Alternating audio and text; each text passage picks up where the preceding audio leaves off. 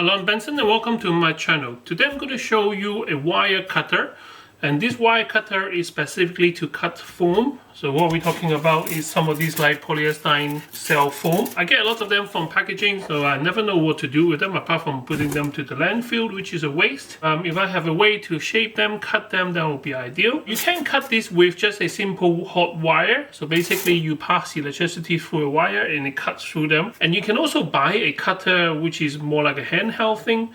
But today I was given this by Amazon Vine review, so I didn't pay for this product, and actually it's unavailable at the moment, so I don't even know how much it costs. So as soon as I find out how much they are selling for, then I'll put the link in the description, and then I'll put on screen as well to show you guys what your money can buy. So effectively, I don't know how much this cost, but it's supposed to be one of the best, and I will tell you throughout this video. So it comes in a box like this. You got a table with a lot of adjustment that you can make. So this is almost like a saw table for timber, but this one is for polyester. So inside the box you got your machine, and the machine is actually protected by more foams. So we can actually cut those with the machine. Actually I have 3 different types of foam here. Some are more flexible, some of them are more rigid, different colors.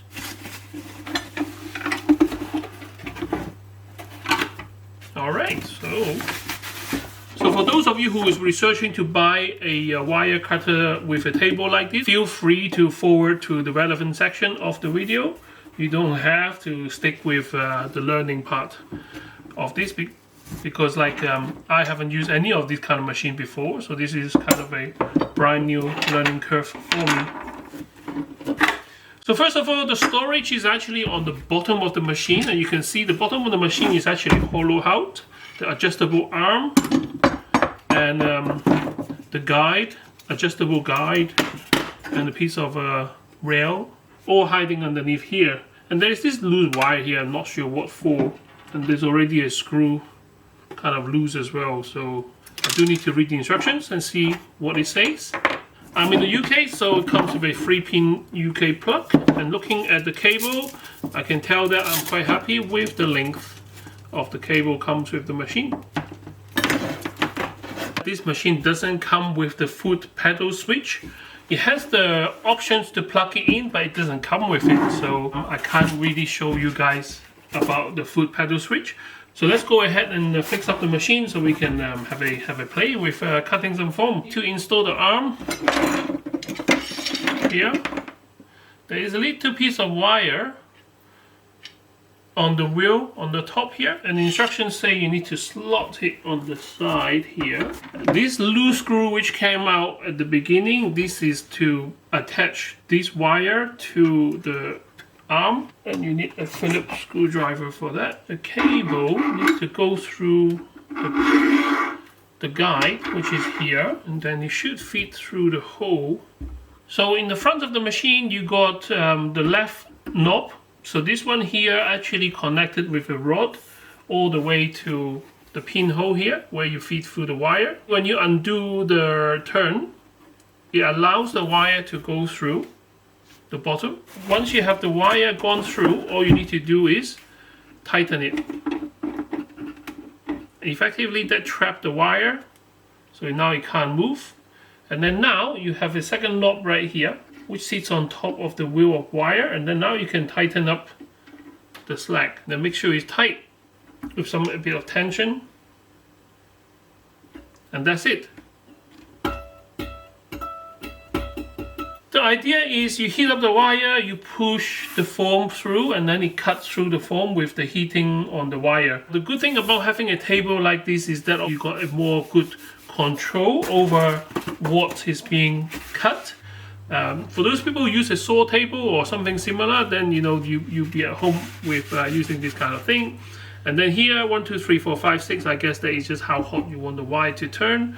The other trick that this one have over other kind of cutter is that at the moment the wire is straight down, so when you cut it should give you a straight 90 degrees straight cut or cross cut into the material. Let's say you want to cut the shape in the angle, loosen up the wire, give some slack, undo the holder, which is slide this metal part across, And on top of the arm there is marking. So let's say I want to cut at 45 degrees. So I move until 45 and then I tighten it down, and make sure the wire is on the guide. There's a little cut slot on the metal top to make sure that, you know, the thing is at the right angle. It's definitely a two-hand job because you want to make sure the wire is still tight while you adjust both to lock down the length of the wire as well as the position of the guide. So now the wire is 45 degrees, so when you actually push it through, it cuts it at 45 as well, which I think is quite a neat idea. But I wish there is some kind of mechanism to keep the wire taut while you are adjusting, because at the moment this is quite awkward. So let's have a play with this by plugging it in first. The switch, there's 1 and 2. 1 is sending power to the wire, is cool at the moment. Number 2 is only send power to the wire when the foot pedal is pressed. Now we don't have a foot pedal. Red LED light is now on in the front to show you that there is power going to the wire. To test out the matter, I'm going to just leave it on 1 at the moment.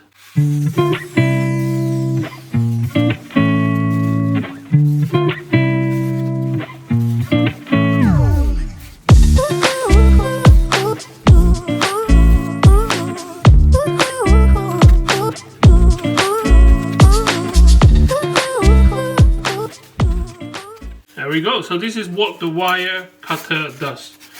The reason why you want to pay more for the table is because you get this funny gadget right here and you got a flat table. So let's say I want to do some precision cutting. So I set this at 90 degrees over the table.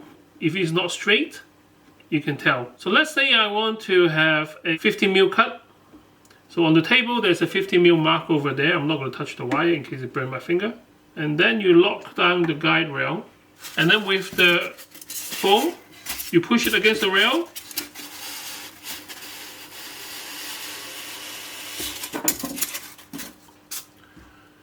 and then you measure it to see if it is accurate. This one measures 51.61, so I guess it's not all accurate.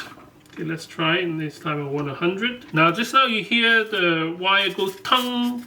That is because of the friction dragging along here, so maybe it's not hot enough. So we can turn it up a notch. So this is 0. 101.21. So now I'm going to switch it off, and I'm not going to touch the wire because I know it's going to be hot, but let me touch the metal here. The metal here is cool. Now because the wire is very thin, so even when you heat it up to really hot, it cools really quickly. So you can see that it no longer cuts the foam. So let's do a bit of a different kind of cut. So I'm going to loosen up the wire, loosen up the control on the top, and I'm going to move it to a 45. And I want to cut it straight like that.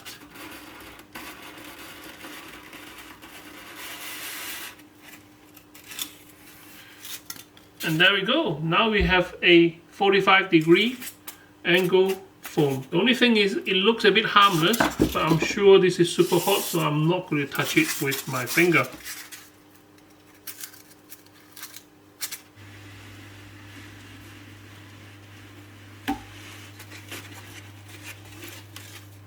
Ooh, bit of smoke.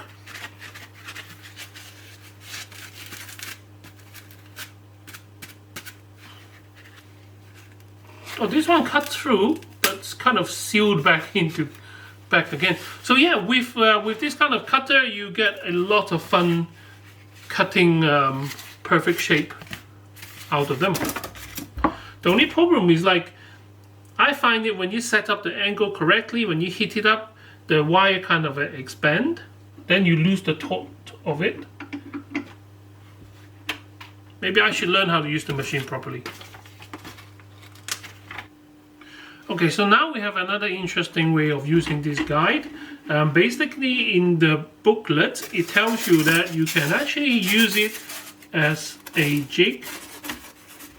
It's a bit wobbly, so I'm not so sure how good it is, but let's say you want to cut this and you don't want to freehand it, so you can actually attach the push it against the rail or clamp it down, and then you just use the rail to cut.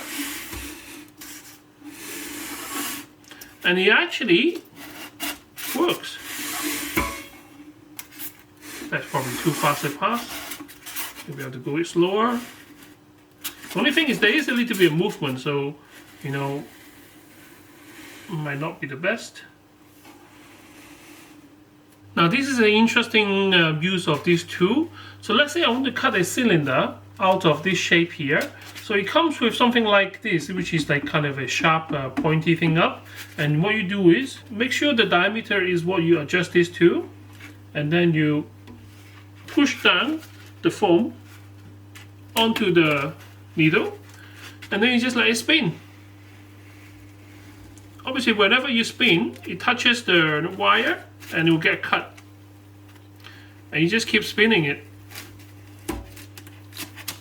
But for me personally, I think this will be a very good tool for making cosplay stuff. So for example, if I need to use foam and I need to cut out some interesting shape, yes, you can use a freehand wire cutter for actually for some delicate shape and size and stuff like that. But actually having a table where you can move things around with a jig that you can cut consistently on the same shape, I think this will be a really good idea for making armor or weaponry out of foam.